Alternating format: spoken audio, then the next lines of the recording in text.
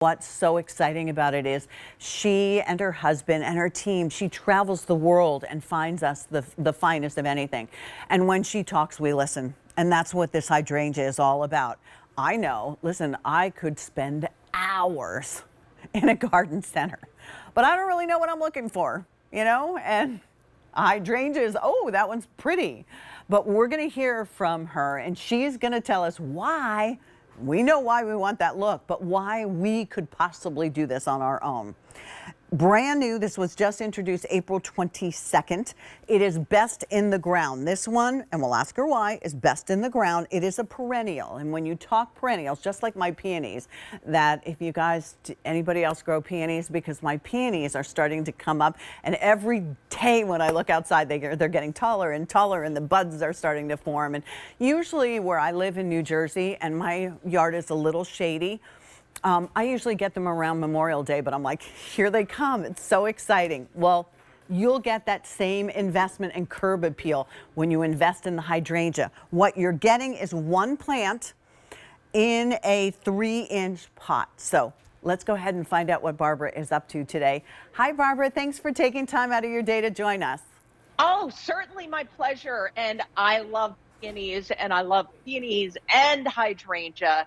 And this is such a special hydrangea it's pack. Beautiful. First of all, these big red round blossoms get 8 to 10 inches across. Woo. So they're nice big flowers, but the stems on Pennymac are super strong.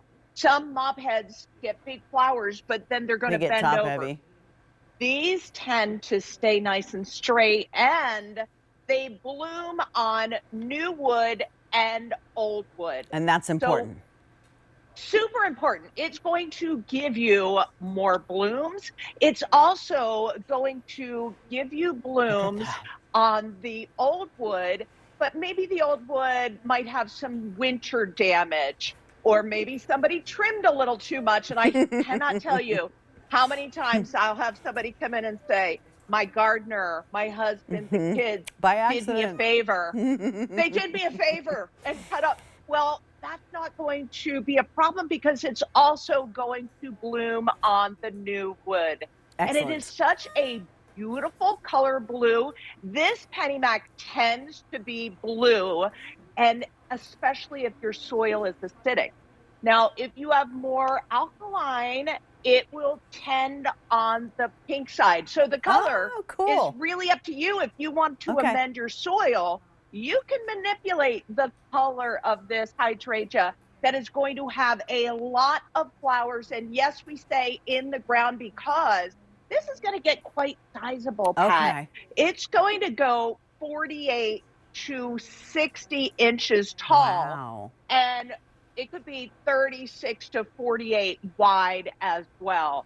So these are those beautiful hydrangeas that we have done gardens in Newport, Rhode Island. The Pennymac is the hydrangea that really outshines all of the other varieties that we've put in there. They're so gorgeous, so many flowers, really, really low maintenance. And Pat, they're going to take some nice sun requirements. They could take full sun. They could take part shade.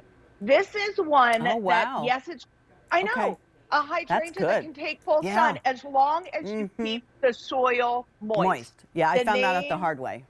You got to water them. Me too. Oh, yeah. I think we've all done that. And the word hydrangea, hydrate, it is going to like that moist soil, not soggy, not foggy, but evenly moist and I think especially until it gets established, right? Yes, yes.